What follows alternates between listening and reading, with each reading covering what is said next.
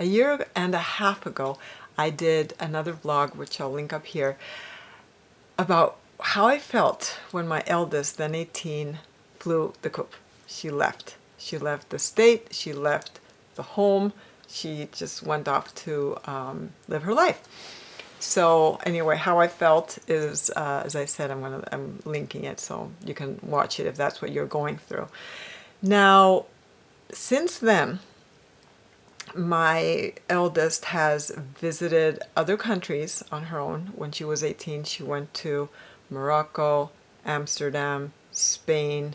In Spain, she was in Barcelona, where they stole her stuff, and I got a call from her from the police station and had to wire money to a blogger that I've known for years, but we've never actually met in person. And anyway, so many things. And then from there, she went to live with my sister in California.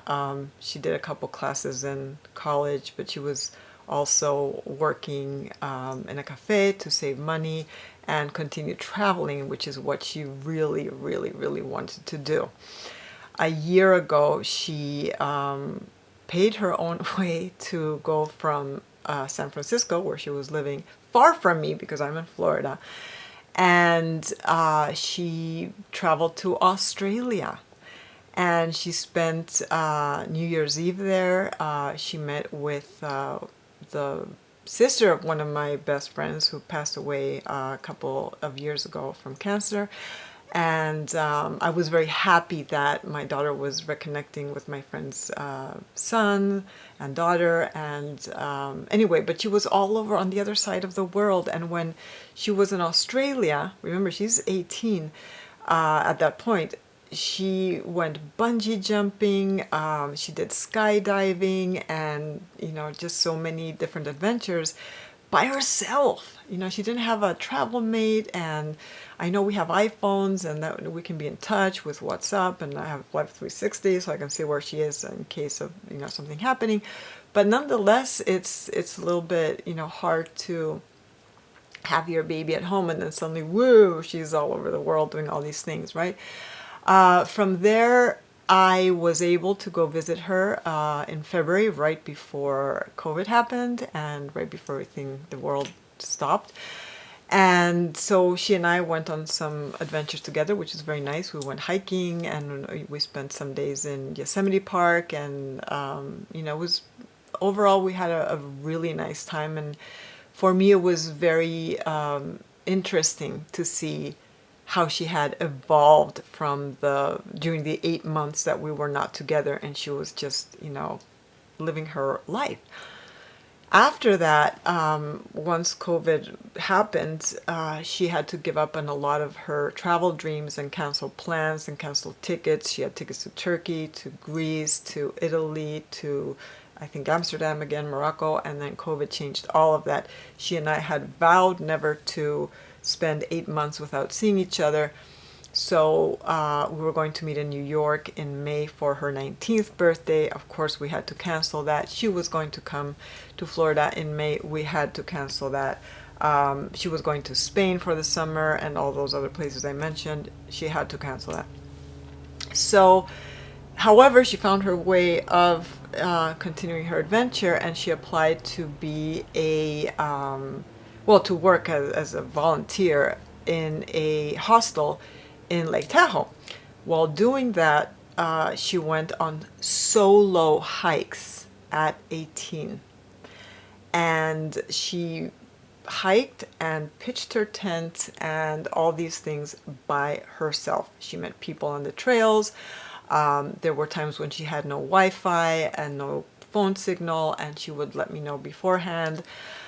But this is something that I share on my social media channels, and then especially from Hispanic moms. I'm half American and half Spanish, and so in Latin American countries and in Hispanic countries in Spain, people typically don't take off so early, and they definitely aren't like traveling the world at that age or working and doing their own thing, right? My daughter also loves snowboarding.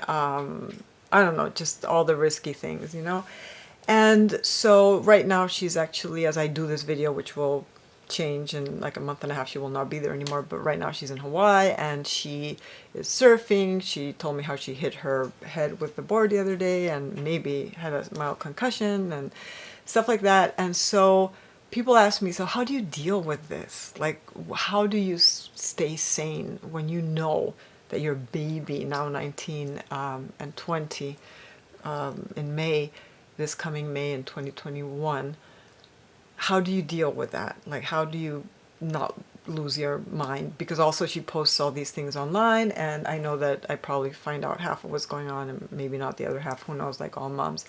But the way that I can survive all of this is, first of all, knowing that she is living the life that she wants to live. So she was not born to make me happy. My daughters, both of them, it's a very hard realization, but it's the truth. It is that for me, I brought them into this world, but they don't belong to me. That's not news. Khalil Gibran wrote a poem about that. Your children are not your children, all that, right?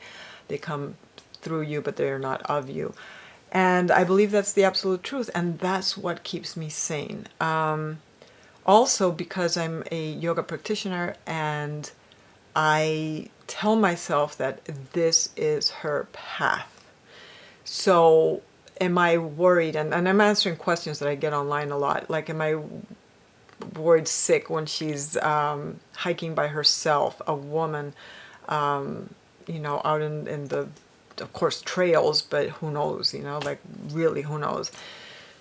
Of course I get nervous. When I knew she was bungee jumping, she told me right before she was doing it. Other moms say they'd rather not find out until it's all over.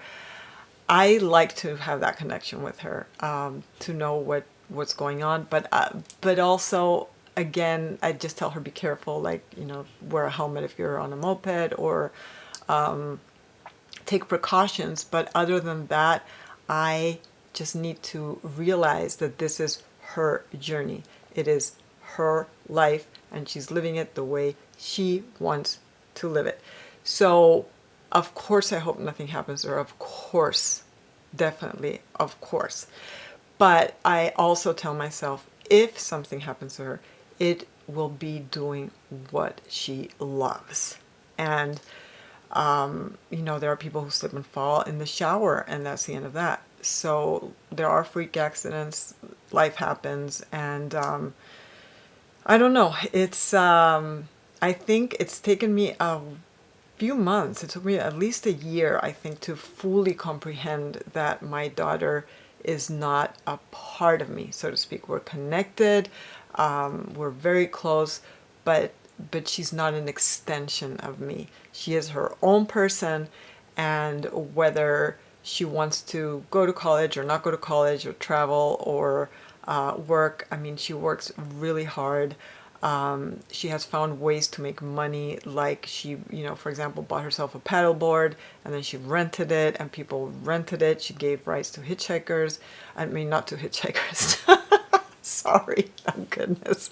She gave rides to hikers, not to hitchhikers, and charged them for it. And she has an uncanny ability to plan trips and just make the best of life. So to other moms who are anguishing about letting their kids do what they need to do in life, my message would be, take care of you. You deserve to be taken care of by yourself, and your children deserve to live their best life, like hopefully you did. I feel that I did live and still am at 57, living a good life. And what I have found is that I am inspired by my 19-year-old daughter many times. Do I miss her?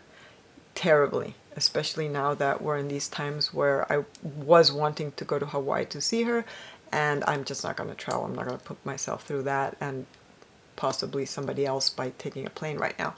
But if you're struggling with that notion of, oh my goodness, my child has decided to move across the world or to a different state or to a different city, first of all, you're not alone.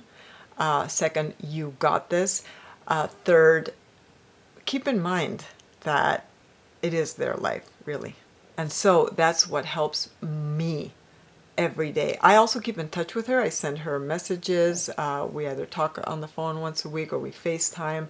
I send her good night little emojis and things like that. And she knows that I'm here for absolutely whatever she needs. So I think it's a very beautiful way to be connected. Somehow learning the art of detachment while being there for one of the people that you love the most, which is your children. If you like this video, I hope you will share it, comment, like it, subscribe, and if you didn't, I have other videos that might interest you perhaps more.